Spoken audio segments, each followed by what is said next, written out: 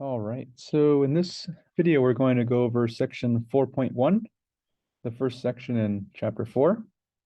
And so chapter 3, we've been building a lot of tools to be able to use calculus on different types of functions. And so in chapter 4, we're going to look at applications of those derivatives. Okay, so the opener question here is as a rocket is being launched, at what rate should the angle of a video camera change to continue viewing the rocket? And so you can imagine the camera just looking at the rocket, and the rocket has some sort of velocity, and the camera needs to rotate at a certain, speed, or some sort of speed. And so these are the types of problems that we're going to look at. And one of the topics in section 4.1 is called related rates. The rate at which the rocket rises is related to the rate at which the camera angle is going to be changing. Okay, so let's go ahead and look at the introduction here. Let's see, and then we'll start section 4.1. And I will put timestamps, hopefully on this video, so that if you just want to look at the examples, you can skip ahead and just look at the examples and see how those are done. Okay, introduction. A rocket is being launched from the ground and cameras are recording the event. A video camera is located on the ground at a certain distance from the launch pad. At what rate should the angle of inclination, the angle the camera makes with the ground, change to allow the camera to record the flight of the rocket as it heads upward? A rocket launch involves two related quantities that change over time. Being able to solve this type of problem is just one application of derivatives introduced in this chapter. We also look at how derivatives are used to find maximum and minimum values of functions. As well, as a result, we will be able to solve applied optimization problems, such as maximizing revenue and minimizing surface area. In addition, we examine how derivatives are used to evaluate complicated limits, to approximate roots of functions, and to provide accurate graphs of functions. Okay, so it just kind of gives an overview of chapter 4. So section 4.1, related rates.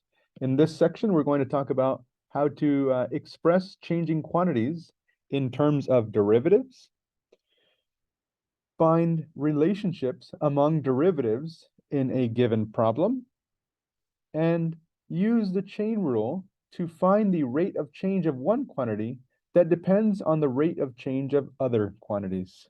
Okay, and so in that chapter opener problem, there's a camera here. I'll just put a little C there for the camera. And then there's a rocket over here, something like that. And as this rocket travels upward, as we travel in this direction, this angle here is going to change in some way. And so we want to know, the change in this Y value here is going to affect the change in the angle. And so that's what 4.1.3 talks about, that learning objective. Okay, so we have seen that for quantities that are changing over time, the rates at which these quantities change are given by derivatives. If two related quantities are changing over time, the rates at which these quantities change are related. For example, if a balloon is being filled with air, both the radius of the balloon and the volume of the balloon are increasing. In this section, we will consider several problems in which two or more related quantities are changing, and we study how to determine the relationship between the rates of change of these quantities. Okay, so we'll take a look at our first example here with the balloon. Setting up related rates problems. In many real-world applications, related quantities are changing with respect to time. For example, if we consider the balloon example again, we can say that the rate of change in the volume, V, is related to the rate of change in the radius, R. In this case, we say dV dt, the rate of change of the volume with respect to time, and dr dt are related rates because V is related to R. Here we study several examples of related quantities that are changing with respect to time, and we look at how to calculate one rate of change given another rate of change. All right, example 4.1. A spherical balloon is being filled with air at a constant rate of 2 centimeters cubed per second. How fast is the radius increasing when the radius is 3 centimeters?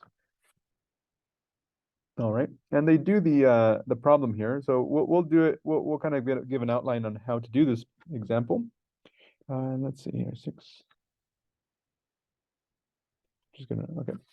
So what is the equation that relates the volume to the radius of a spherical balloon? The volume of a sphere is given by 4/3 pi r cubed. Okay, so in this problem, we were given that the balloon is being filled at a constant rate of 2 cubic centimeters per second. That is how fast the volume is changing with respect to time. So that is dV dt, and that is 2 cubic centimeters per second. And one way you can tell that that's dV dt instead of just V is if you look at the units. The units that were given were cubic centimeters, which is a volume unit, per second, and that is a time unit. So that's volume per unit of time. Okay, so we were given dV dt, and then we're asked, how fast is the radius increasing? And so we want to know how fast the radius is increasing. That would be the change in the radius with respect to time. When the radius is 3 centimeters, there r is equal to just 3 centimeters. All right. So let's go ahead and use implicit differentiation, which we learned in a previous section.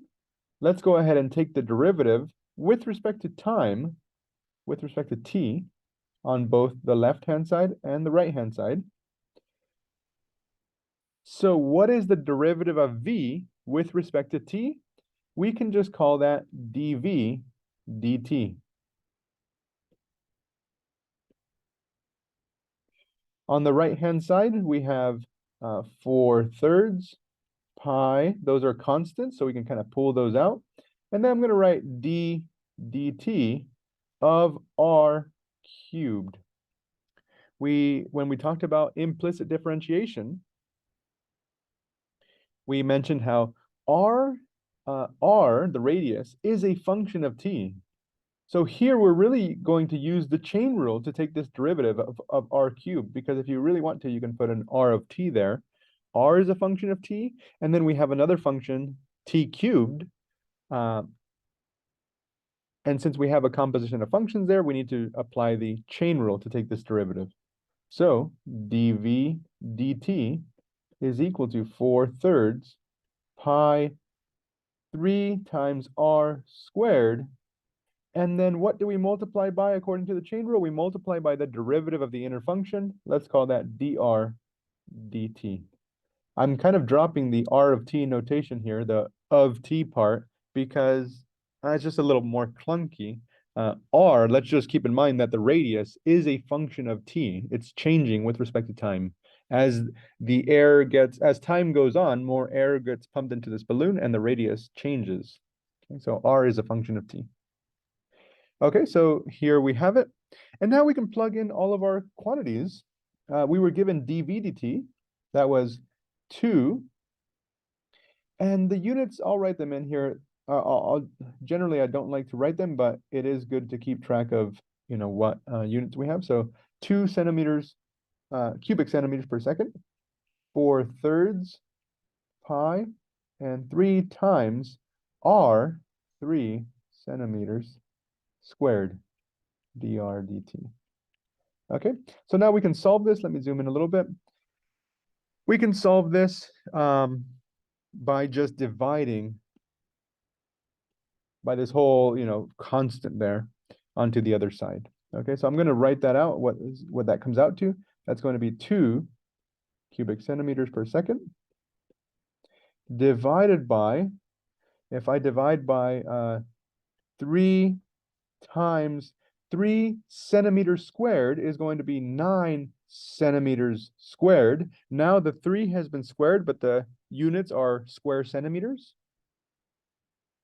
And then times 4/3 pi. I just put that on the outside of for some reason. Okay, and this is equal to dr dt. I just divided by this part over here, divided both sides by that. Okay, so we've isolated dr dt, and then let's go ahead and cancel out some common factors here. One of the things I want to cancel out is this centimeters squared. We can cancel out with 2 of these cubic centimeters and make this a 1 there. So the units are now centimeters per second. And then we can work out these values here. What is this going to be? These 3's cancel. And we get something like 2 over 36 pi centimeters per second. And let's approximate this. This is approximately, let me use my calculator here, 2 divided by 36 pi. I get 0.01768 centimeters per second. Okay, so notice we got dr dt by itself, and that's actually what we were trying to get, right? The question was, how fast is the radius increasing? So we should be solving for the change in the radius with respect to time. That's dr dt. That's what our kind of equation did there. And then what did we get? We got a positive value. That means that every second, the radius is increasing by about 1/100th of a centimeter. Okay. So now, I didn't have too much room here, so I kind of, just smashed that in where it fit. But let's go ahead and read the solution and see what they say. The volume of a sphere of radius r centimeters is V equals 4/3 pi r cubed cubic centimeters. Since the balloon is being filled with air, both the volume and the radius are functions of time. Therefore, t seconds after beginning to fill the balloon with air, the volume of air in the balloon is V of t equals 4/3 pi times r of t cubed cubic centimeters. Differentiating both sides of this equation with respect to time and applying the chain rule, we see that the rate of change in the volume is related to the rate of change in the radius by the equation. And this is what we got, except we use dv dt. And then when we multiply by the derivative, we multiplied by r prime of t. And there's another thing here. They simplified these 3's right at the beginning and just wrote 4 pi. That's a little neater. Okay, continue. The balloon is being filled with air at a constant rate of 2 cubic centimeters per second. So dv dt is 2 cubic centimeters per second. And so they just plug everything right in. You can plug in dv dt.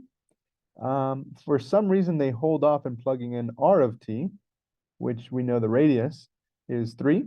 So they ended up solving for r prime of t here. And then when r is equal to 3, then they plug in, the 3 and get 1/18 pi centimeters per second. Okay, so exactly what we got. Yeah, and actually I didn't even notice that this could be reduced by a factor of 2. Now it's pretty obvious. Yes, okay, good.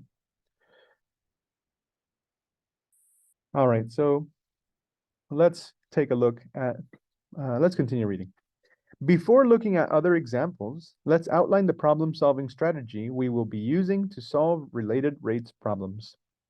Problem-solving strategy, solving a related rates problem. Assign symbols to all variables involved in the problem. Draw a figure if applicable. Okay, so that's very good advice there. You want to draw the figure. We have a volume, we have a radius, those are our variables. State, in terms of the variables, the information that is given and the rate to be determined. And we did that as well. We said, what was given.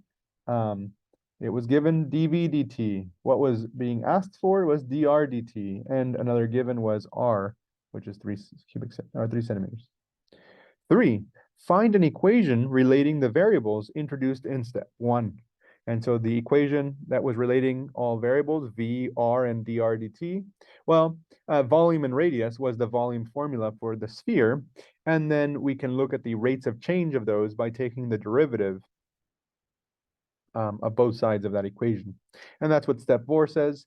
Using the chain rule, differentiate both sides of the equation found in step 3 with respect to the independent variable.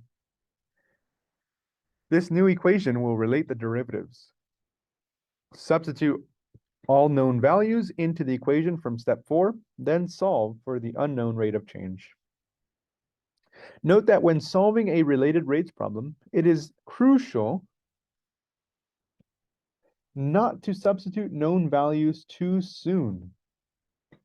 For example, if the value for a changing quantity is substituted into an equation before both sides of the equation are differentiated, then that quantity will behave as a constant and its derivative will not appear in the new equation found in step 4. We examine this potential error in the following example. Okay, cool. Yes, it is crucial. I highlighted it there, and it looks like they're going to talk about it in this next example. So let's take a look.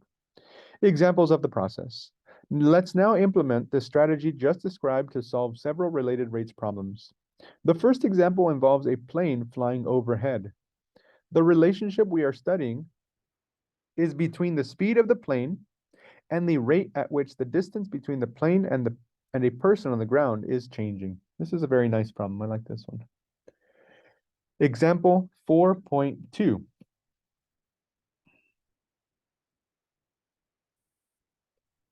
An airplane flying at a constant elevation. An airplane is flying overhead at a constant elevation of 4,000 feet. A man is viewing the plane from a position 3,000 feet from the base of a radio tower. The airplane is flying horizontally away from the man. If the plane is flying at the rate of 600 feet per second, at what rate is the distance between the man and the plane increasing when the plane passes over the radio tower? Okay. All right, solution. Step 1, we'll draw a picture. This is important because, it's important to see to visualize the information. And so I'll draw it here. So there is a, it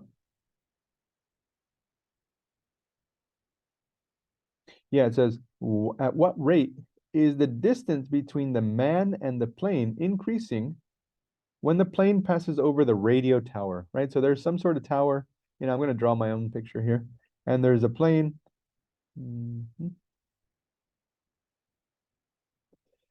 And it's flying over this tower here. And then there's a man viewing the plane. And so there's a few distances here to keep in mind. There's a distance between the man and the tower, and I believe that was given as 3,000. A man is viewing the plane from a position 3,000 feet from the base of the radio tower.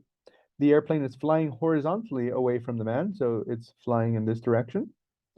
If the plane is flying at a rate of 600 feet per second, at what rate is the distance between the man and the plane increasing? So we want to know the distance between the man and the plane, and we can call that, what do they call that? S? I'll call it S, why not? And then there's a vertical distance as well. Well, we were told actually this vertical distance is, since the airplane is flying at a constant elevation of 4,000 feet, that vertical distance is 4,000 feet.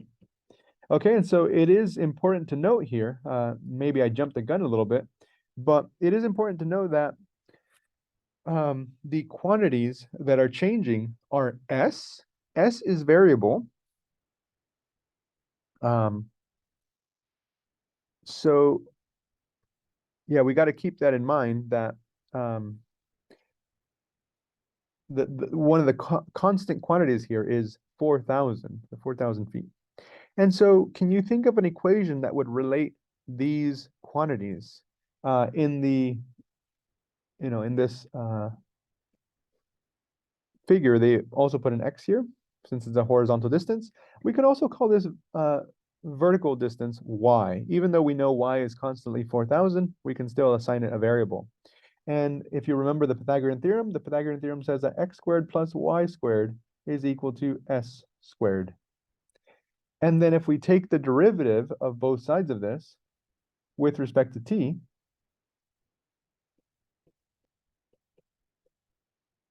we can relate the rates of change of each of these quantities.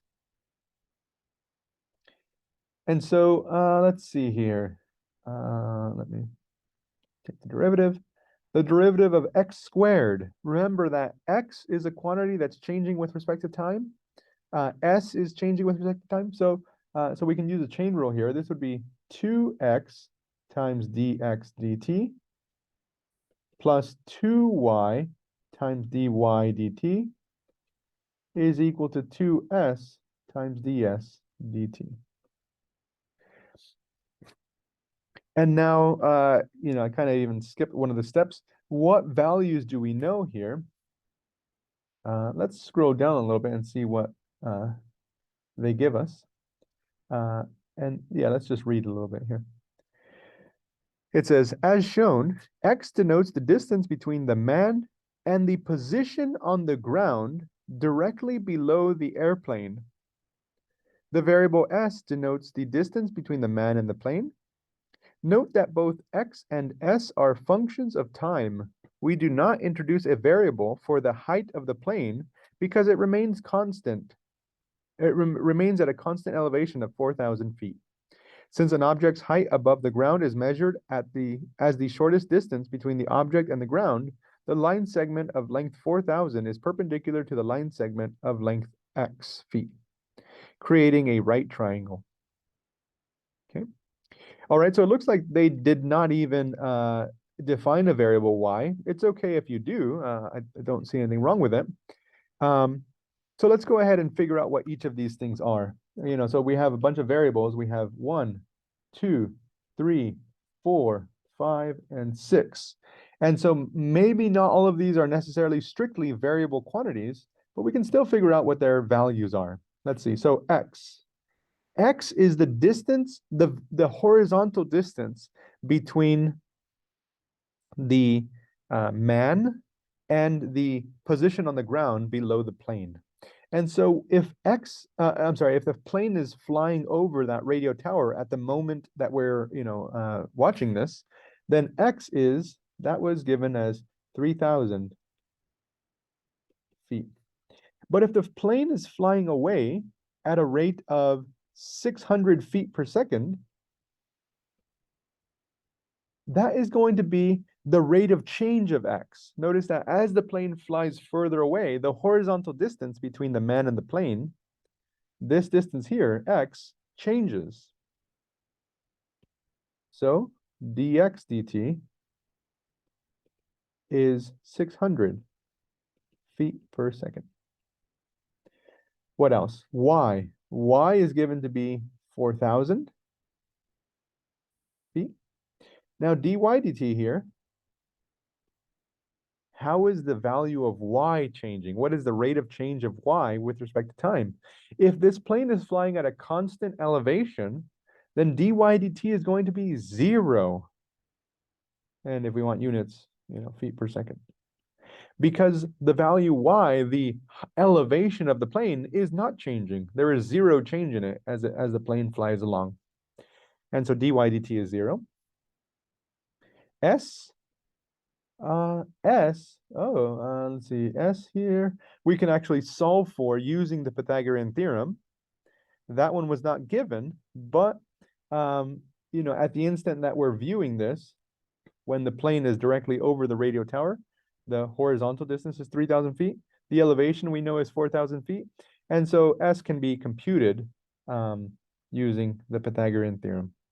Now, I think this is, so x squared plus y squared equals s squared. So 3,000 squared plus 4,000 squared equals s squared. This is 9,000 plus 16,000, or not 9,000 actually, but let's say I'm trying to do this with a calculator. 9 and then 1, 2, 3, 4, 5, 6 zeros. You can use a calculator here. 9 million, it looks like, plus 16 million is equal to s squared. And so if you add these two up, you get s squared is equal to 25 million.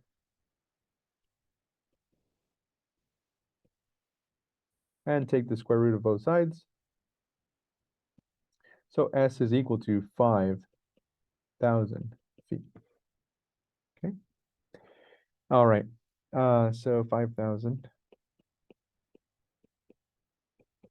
Very good. You may recognize the 3, 4, 5 triangle. I'm sure you've seen that one in the past. And then finally, ds dt. This is exactly what we're trying to find. ds dt, we don't know. And we were asked, at what rate is the distance between the man and the plane increasing? At what rate is s increasing? What is the rate of change of s? What is ds dt? Okay, so let's go ahead and plug everything in. What do we get? 2 times x, 3,000 feet, times dx dt. Dx dt is 600 feet per second. And yes, I am going to run out of room. Plus 2 times y. Y is 4,000. But dy dt is 0. So that's luckily enough going to get rid of that. And then let's zoom in here so I can write a little smaller.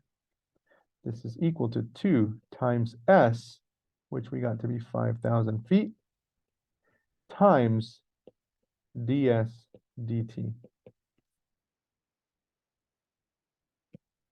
Right? And so now we can solve for ds dt. Let's go ahead and simplify the left-hand side first. Let's see, 2 times, oh, these are big numbers. This definitely simplifies. That number just kind of goes away. And what do we get? We're going to simplify this number here, and then at the same time, let's go ahead and divide by 2 times 5,000 feet. If we divide by 2 times 5,000 feet, then notice, okay, of course this cancels. The 2's cancel here. The feet cancel, those units cancel, and then 3,000, those zeros cancel. And so this is what we end up with. And then finally 5 goes into 600.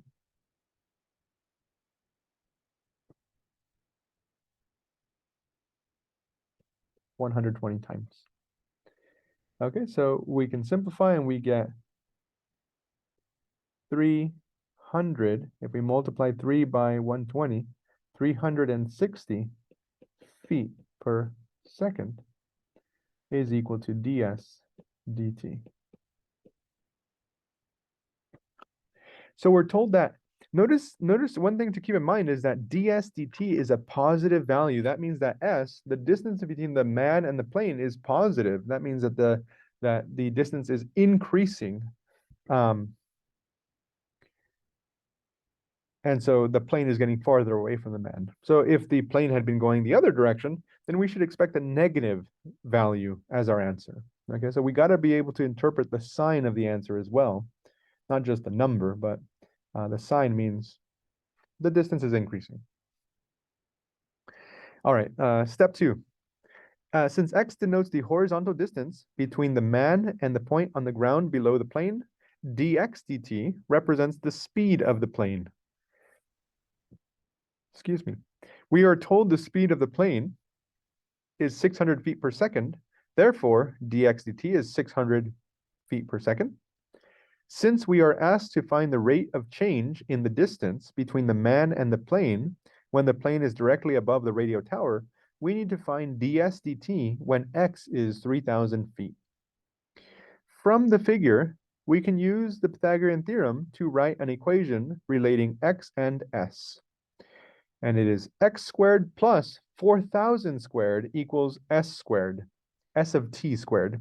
And so notice that they chose to plug in y equals 4,000 rather than just leaving it as y. You can feel free to do that. Just make sure that you can only plug in y equals 4,000 because that is a quantity that is not changing, right? Its rate of change is 0. It is always going to be constantly 4,000.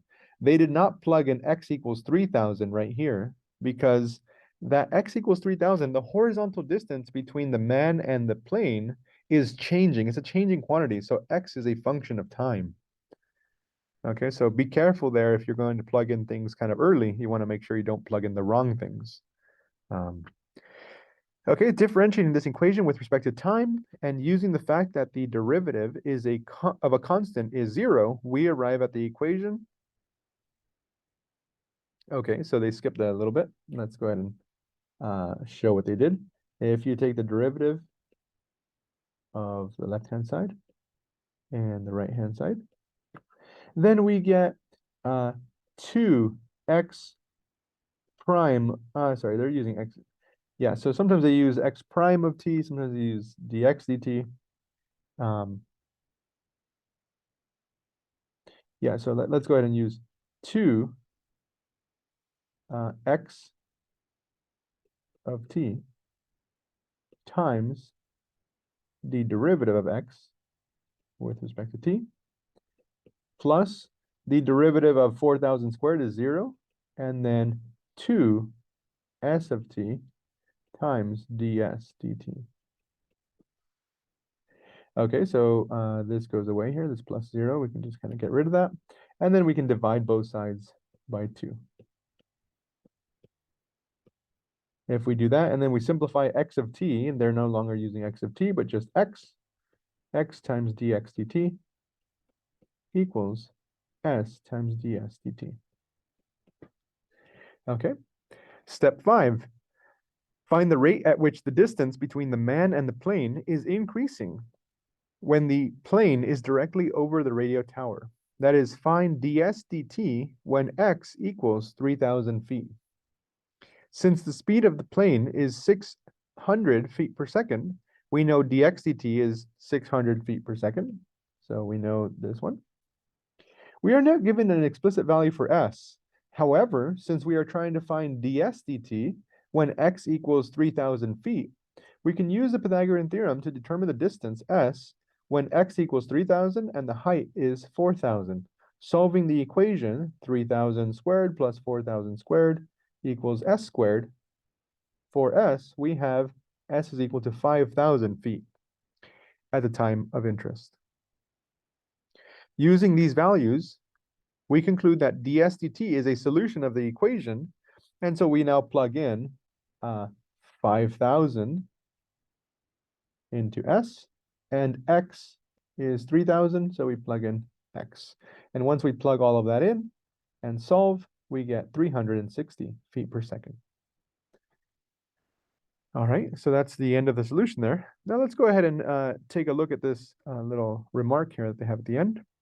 It says, when solving related rates problems, it is important not to substitute values for the variables too soon. For example, in step 3, we related the variable quantities x of t and s of t by the equation, x squared plus 4,000 squared equals s squared. Since the plane remains at a constant height, it is not necessary to introduce a variable for the height, and we are allowed to use the constant 4,000 to denote that quantity. However, the other two quantities are changing. If we mistakenly substituted x of t equals 3,000 into the equation before differentiating, our equation would have been 3,000 squared plus 4,000 squared equals s of t squared. After differentiating, our equation would become, well, the derivative on the left-hand side is just 0. So it would be 0 equals s of t ds dt.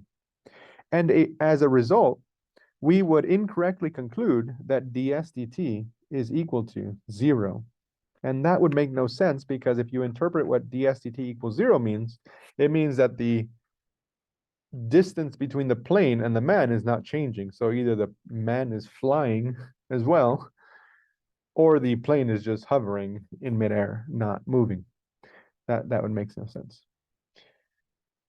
All right, so be careful not to plug in, a value too early. All right, we now return to the problem involving the rocket launch from the beginning of the chapter. Okay, so example 4.3, chapter opener, a rocket launch. Why am I at 37?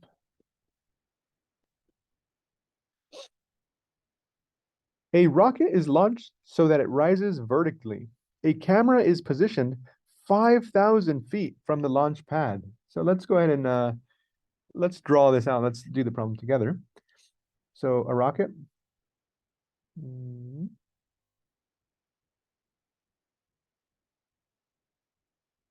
Something like that. And then there's a camera. I'll just draw a little box. Okay, and they're both on the ground at the beginning, it seems like.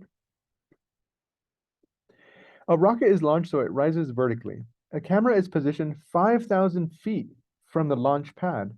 When the rocket is 1,000 feet above the launch pad, its velocity is 600 feet per second. Find the necessary rate of change of the camera's angle as a function of time so that it stays focused on the rocket. And so at some point in time, the rocket is going to be up high, right? It's going to be, so first of all, 5,000 feet. That's the horizontal distance. And let's also put a variable x there for that. And again, yeah, so it's not a huge deal if you use a variable, like I used the variable y in the previous problem. If you want to try to save some time and leave off some of the variables, if you know they're constant, you can. Maybe we'll try that on this one as well. When the rocket is 1,000 feet above the launch pad, so this vertical distance here, we're looking at the time where this rocket flies up, and it is now 1,000 feet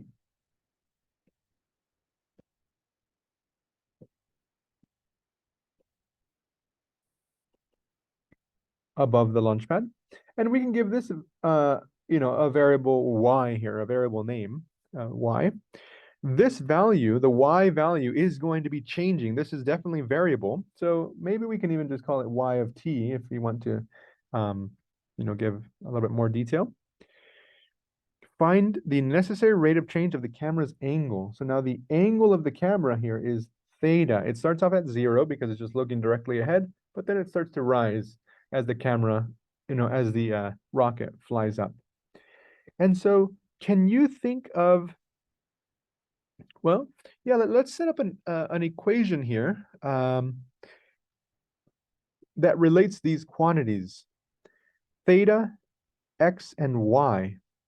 And if we want to, we can say, well, x is actually a constant, so we can leave it off if we really want to. So the tangent of theta is equal to y over x. Is that right? Yeah, the tangent opposite over adjacent, right? And so we can use this equation with both y and x, but to save ourselves a little bit of time, we can say, well, our equation is actually the tangent of theta equals y over 5,000. 5,000, the x value is constant if this thing is flying vertically, just vertically straight.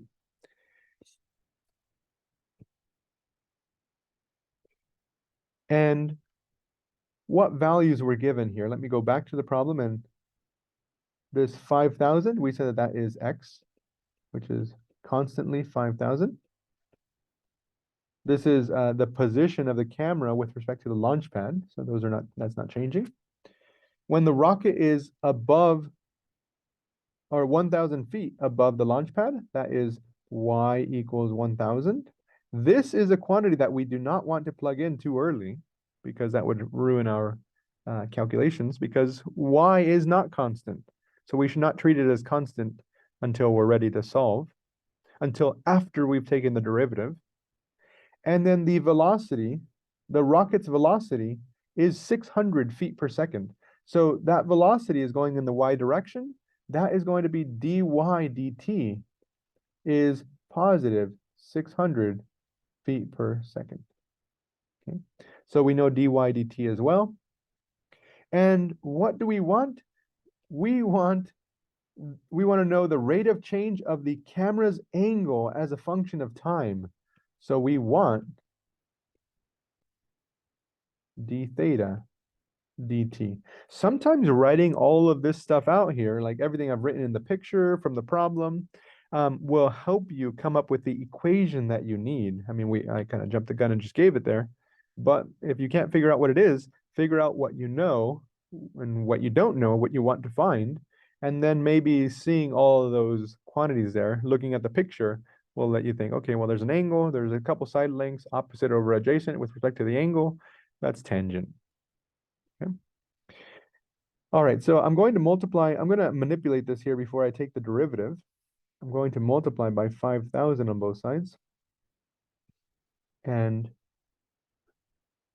I get y by itself and equals 5,000 tangent of theta. Okay, so now let's go ahead and take the derivative of both sides. We'll take the derivative of both sides with respect to time, d dt and d dt. Let's see. So the left-hand side, dy dt, that's just the rate of change of y with respect to t time. 5,000, I guess we can keep in mind that this 5,000 here is in feet. I don't really want to introduce that just because it's more letters, but keep in mind that that 5,000 is in feet. The constant, though, because of the constant multiple rule, we can essentially ignore it when taking the derivative. So we have 5,000. The derivative of tangent of theta is going to be secant squared of theta times the derivative of the inner function. The inner function is theta, which is a function of time. So d theta dt. All right. And so now we're ready to plug our stuff in. Now we can plug everything in.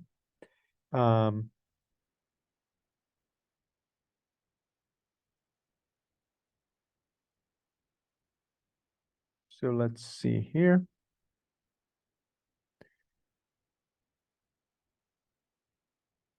Dy dt, we were told that that was 600. And here I'll put the feet per second equals 5,000 secant squared of, what is the angle? What angle are we going to plug in? Theta. Well, we need a specific angle here. We were not given a specific angle, but we can figure out an angle, excuse me, at the time when y is equal to 1,000 feet. What is the angle going to be at that specific moment in time? 1,000, 5,000. This is theta. And so we can solve for theta here, or we know that the tangent of theta is equal to opposite over adjacent.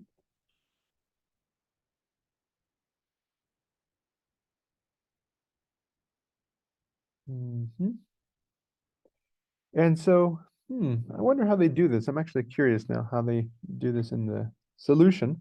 There's a couple ways that we could go about this. And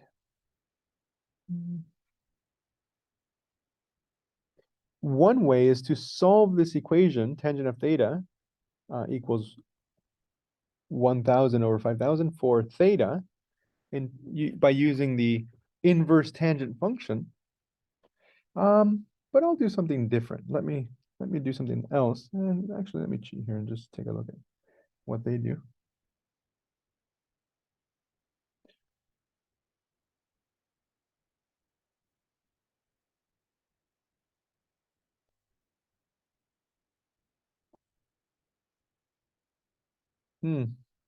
Okay. Yeah, that's not bad. Yeah, let's go ahead and do it that way. Yeah, so there's three different ways that we could approach this. One way is actually, yeah, let's just find the length of the hypotenuse, right? So using the Pythagorean theorem, 1000 squared plus 5000 squared is equal to c squared. And so c is going to be the square root of 1000 squared plus 5000 squared. That's going to be 1 million plus 25 million. That's the square root of 26 million. And that can be written as the square root of 26 times the square root of a million. And that's the square root of 26 times 1000. Okay, so square root of 26 times 1000 is that length there. And so if we want to know the secant of theta, that would, yeah, that seems a little bit better. The secant of theta, we can just find, well, what's the secant? That's hypotenuse over adjacent. So the secant of theta is equal to hypotenuse, square root of 26 over 1000 over adjacent, which is 5000. The 0, 0, 0s cancel. And so secant of theta is equal to square root of 26 over 5. And then so we want the secant squared of theta. So that's just going to be this quantity squared. So that's 26 over 25. All right, so that's a nice way of doing it. 26 over 25. Remembering that the 5000 was in feet, and let me go ahead and stick the feet in there, times d theta dt. And so now we can finally solve. Divide by 5000 feet and 26 over 25. Divide by 5000 feet and 26 over 25. Now, a couple zeros cancel here. The feet cancel. And we can write this as, this is equal to 6 times 25 over 50 times 26. Okay. And the units are just over seconds, right? The feet canceled, so we get just, we can call it 1 over seconds. And if we reduce a little bit, 25 goes into 50 2 times, 2 goes into 6 3 times, and so we get d theta dt is equal to, it looks like we have 3 over 26, and the units are 1 over seconds. Now, let's go ahead and take a look at the answer or the solution. So it says let h denote the height of the rocket, above the launch pad and theta be the angle between the camera lens and the ground. Okay, that's what we did. We are trying to find the rate of change in the angle of the camera with respect to time when the rocket is 1,000 feet off of the ground. That is, we need d theta dt when h equals 1,000 feet. At that time, we know the velocity of the rocket is dh dt, 600 feet per second. Now we need to find an equation relating the two quantities that are changing with respect to time, h and theta. How can we create such an equation? Using the fact that we have drawn a right triangle, it is natural to think about trigonometric functions. Recall that tangent theta is the ratio of the length of the opposite side of the triangle to the length of the adjacent side. Thus, we have tangent of theta equals h over 5,000. This gives us the equation h equals 5,000 tangent theta. They just multiply by 5,000. Differentiating this with this equation with respect to time, we obtain dh dt equals 5,000 secant squared d theta dt. We want to find d theta dt when h is equal to 1,000 feet. So notice, yeah, that you're trying to find this one. You were given dh dt, but you were not given theta, right? So at this time, we know that dh dt is 600 feet per second. We need to determine secant squared of theta. Recall that secant theta is the ratio of the length of the hypotenuse to the length of the adjacent side. We know the length of the adjacent side is 5,000 feet. To determine the length of the hypotenuse, we use the Pythagorean theorem, with where the length of one leg is 5,000 feet, the length of the other leg is 1,000 feet, and the length of the hypotenuse is c feet, as shown in the following figure. Okay, and we conclude the hypotenuse is 1,000 times the square root of 26 feet. Therefore, when h equals 1,000, we have secant squared is equal to 26 over 25. Recall from step 4 that the equation relating d theta dt to our known values is this equation here. That's the one we gave.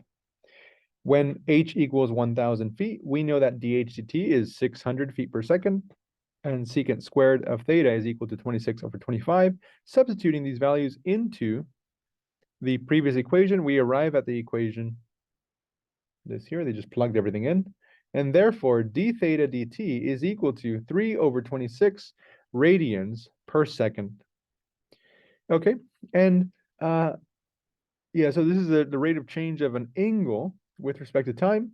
So yeah, I can just modify my answer here. D theta dt is 3 over 26 radians per second. Okay, nothing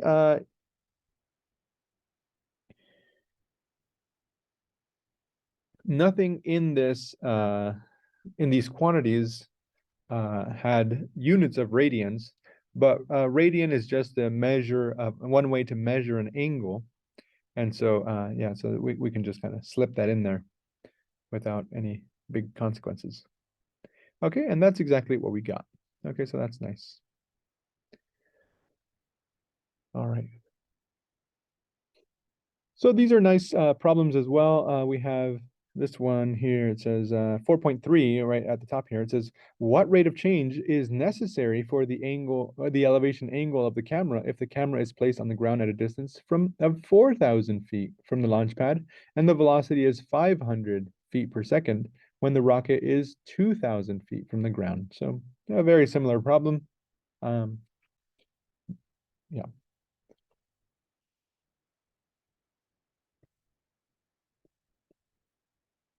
All right, excuse me. And we have one more example before we finish. So let's go ahead and just do this last one. In the next example, we consider water draining from a cone-shaped funnel. We compare the rate at which the level of water in the cone is decreasing with the rate at which the volume of water is decreasing.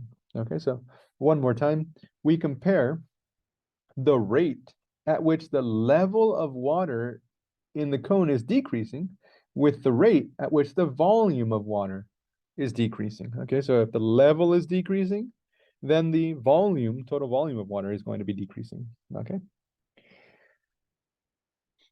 Water is draining. Actually, let's 55. Example 4.4, water draining from a funnel. Water is draining from the bottom of a cone-shaped funnel at a rate of 0.03 feet cubed per second. So one thing we should be asking ourselves is, okay, this is a rate because of the units. Notice the units there. We need to actually be able to recognize what kind of units these are, and that will kind of help us a lot on these problems. These are units of volume per unit of time. So this must be dV dt. Okay, give us a little clue. The height of the funnel is 2 feet. So the height of the funnel is 2 feet. H is equal to 2 feet. And the radius at the top of the funnel is 1 foot. So at the top of the funnel, R is equal to 1.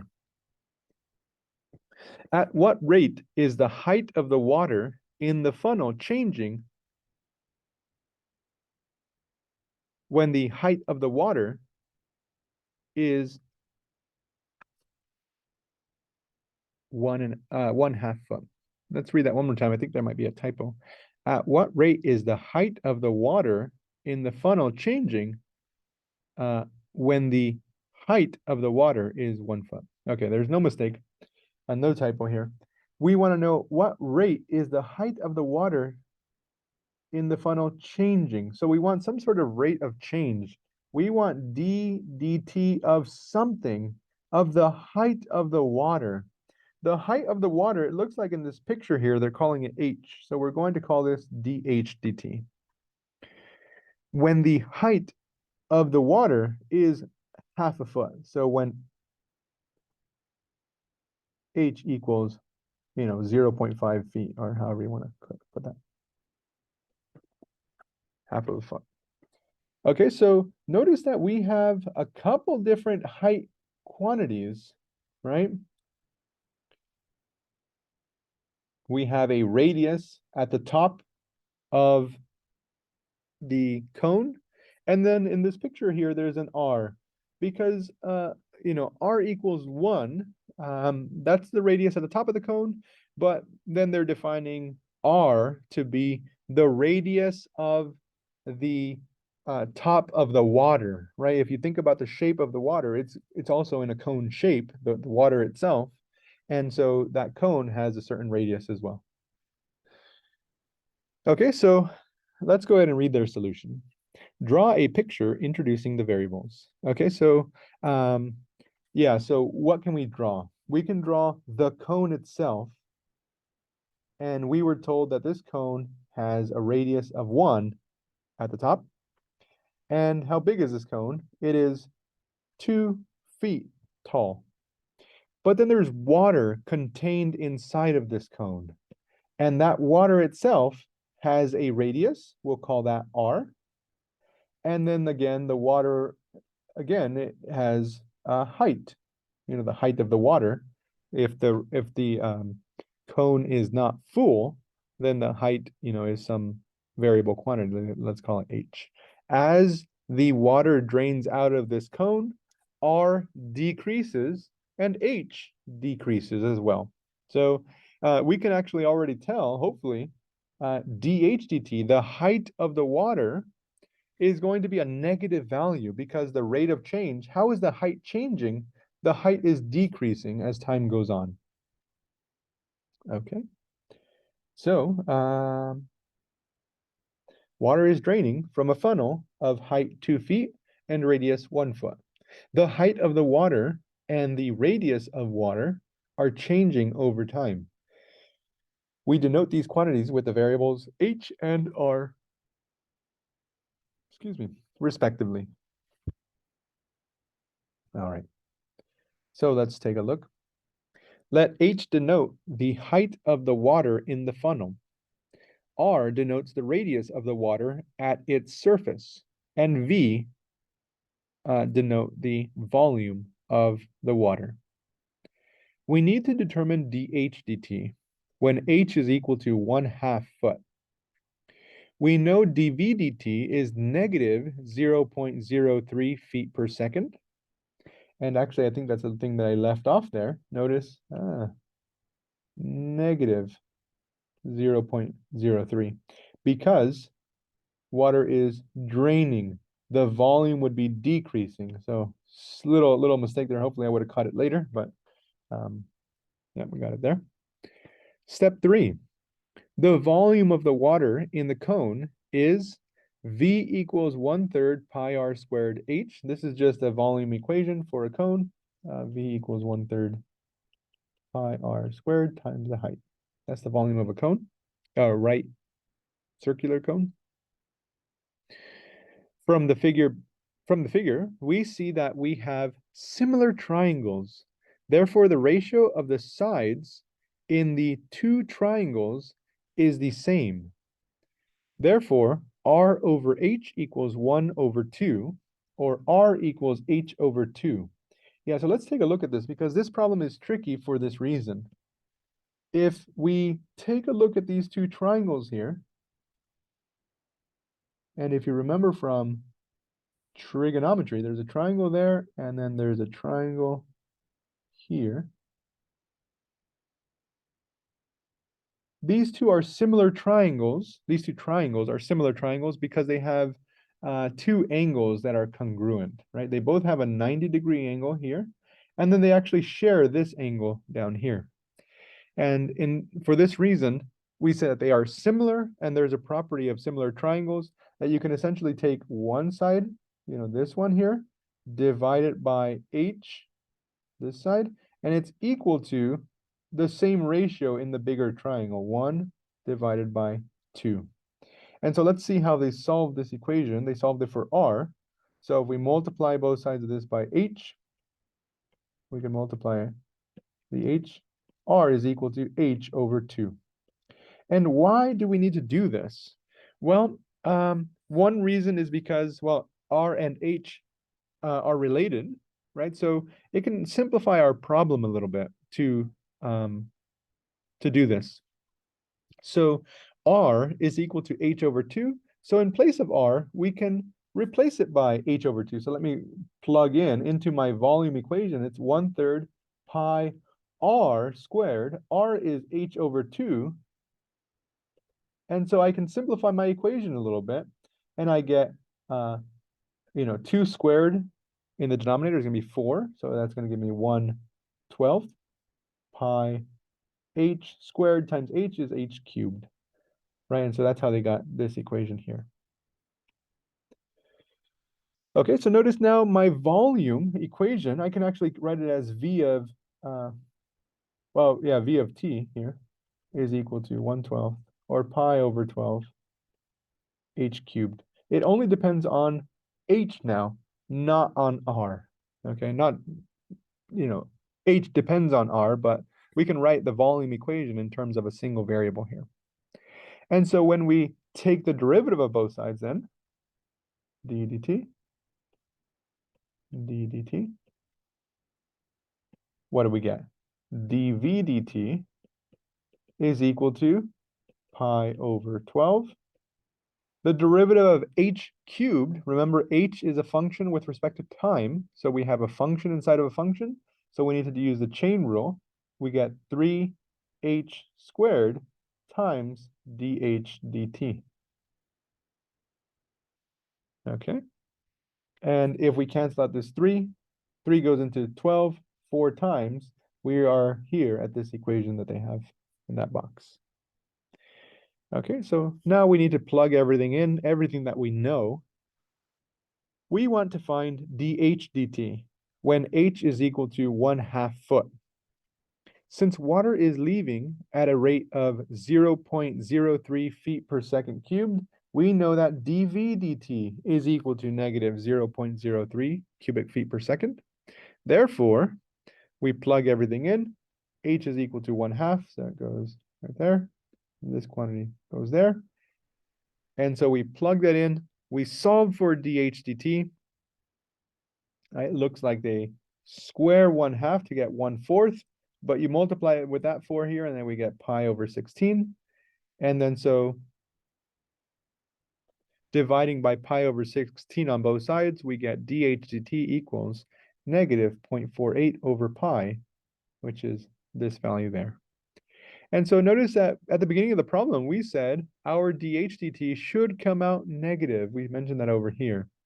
And we did get a negative value. So at least we got that. If we got that the height is increasing as the volume is draining, I'm sorry, as the water is draining, that would make no sense, right? So something would be wrong there. And so you should check your answer. But we got a negative answer, so that's good. Okay, so that is the last example there. Hopefully that was not too bad. I would actually like to do this. Yeah, what if we had not replaced v equals 1/3 pi r squared h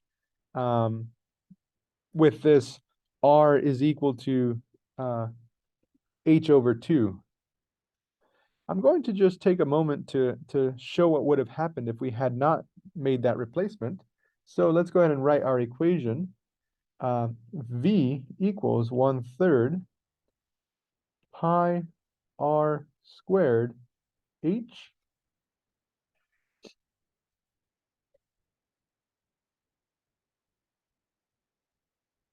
If we had taken the derivative of both sides with respect to time. Essentially, it's just going to be a little bit more complicated. Because when we take the derivative of the right-hand side, we're going to have to use the product rule to take the derivative. So let's write it out. And again, this is not actually part of the solution necessarily, unless you forget to do this substitution. So it's better to make the substitution as they did in this problem here, because otherwise we would have this 1/3 pi, and then we have, okay, now we need to do the product rule. The product rule is f prime, or the derivative of the first function, r squared, times g, plus g prime times f. So there's our derivative there. And then, well, we haven't actually taken the derivative of r squared yet. I just wrote it out. So dv dt is equal to 1/3 pi dr, or the derivative of r squared is 2r times dr dt because of the chain rule, plus dh dt times r squared. And so now notice how much more complicated this is. We have an r, a value of r that, let's see, were we given a value of r? No, we were given a height of 1 foot. Now, if the height is 1 foot, we can calculate what the radius must be. If h is equal to 1/2,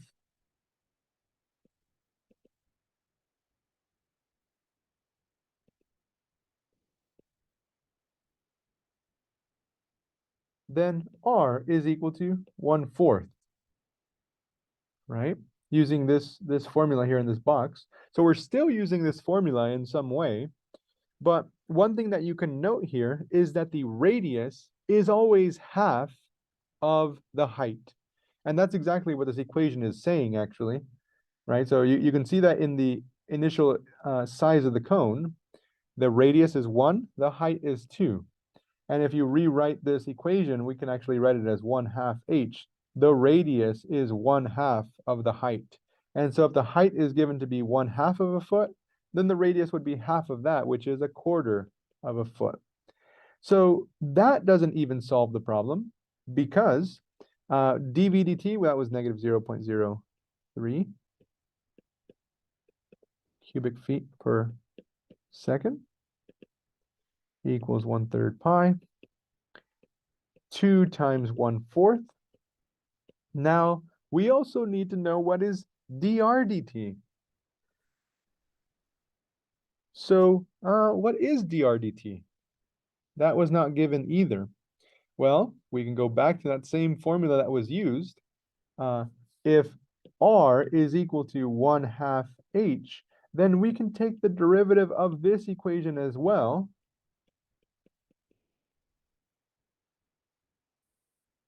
And we get dr dt equals 1/2 dh dt.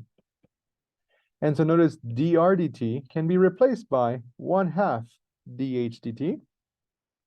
Okay, so let's go ahead and do that. Dr dt here, I'm going to replace by 1/2 dh dt plus dh dt.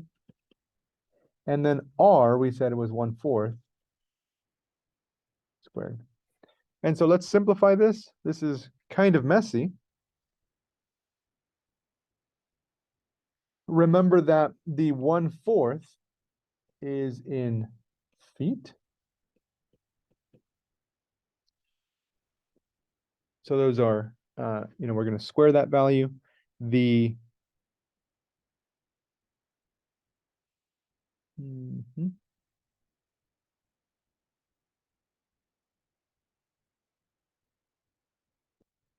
And let me just double check something here.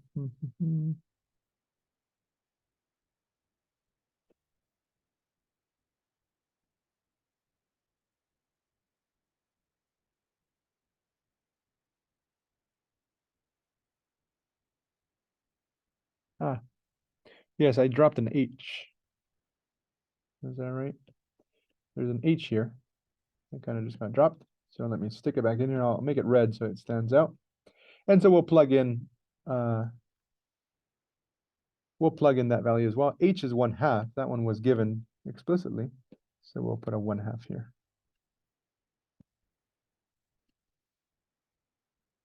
Okay, so let's simplify.